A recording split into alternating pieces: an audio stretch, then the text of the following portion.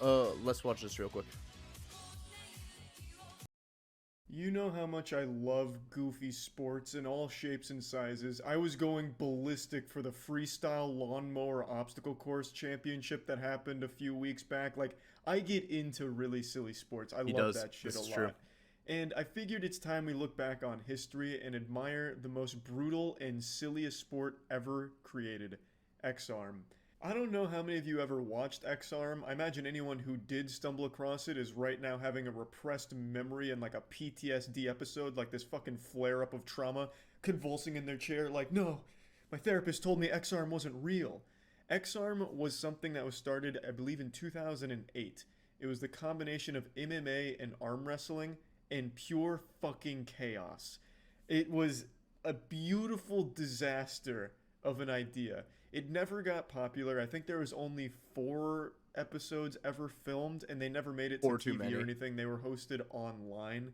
They just ended up getting fucking thrown in the cum dumpster online, and they surfaced on YouTube back in the day, and that's how I found it. But basically, it was taking arm wrestling to the highest possible extreme you could think of, aside from just like putting your arms together and then shooting each other with a gun. So the idea was you'd have your arms taped around each other, and you'd be able to beat the shit out of your opponent until they either die or pass out. Pinning them didn't work because it just wouldn't. No one tried to pin. It was just a battle to the death. I actually made a video on X-Arm like 6 years ago, I think it was, and I figured it's time we just revisit it because god damn it, it truly is a classic. So I'm going to show you the most popular X-Arm fight. This is Rick Vardell versus Bon Lapua. And he's shown us more in boot camp than anybody else has. And of course, one of the aspects of this sport is the other guy's not going to get very far away. Why? You tell him, Art. You tell him, Art. I'm too lazy to. In a harness. This enables the athletes to sit back in the pocket. It keeps them on their side of the table. Yeah, they're fucking strapped in like it's a roller coaster ride here.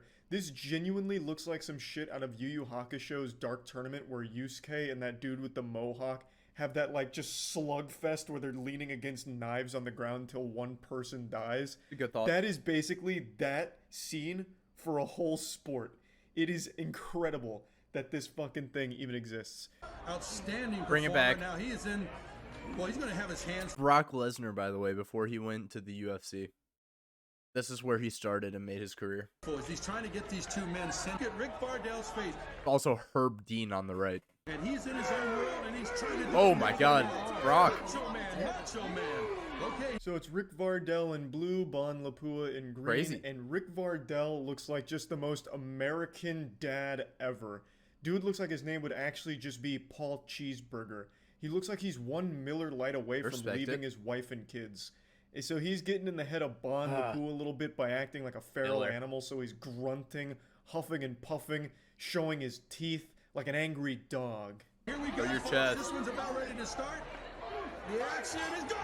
Oh my god. Strikes on the head by Vardell, but look at Lapua come back with a right. Oh, big right hook. He's covering up.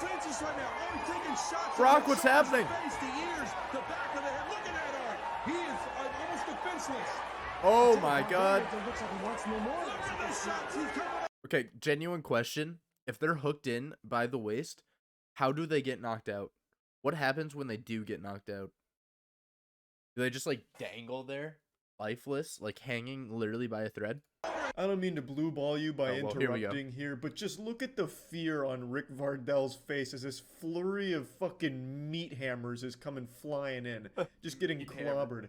His Yes. survival instincts are kicking in, fight or flight mode, and he's trying his best to run away, it seems, but he just can't because he is literally hooked into that podium, so he just sit there and take the punishment.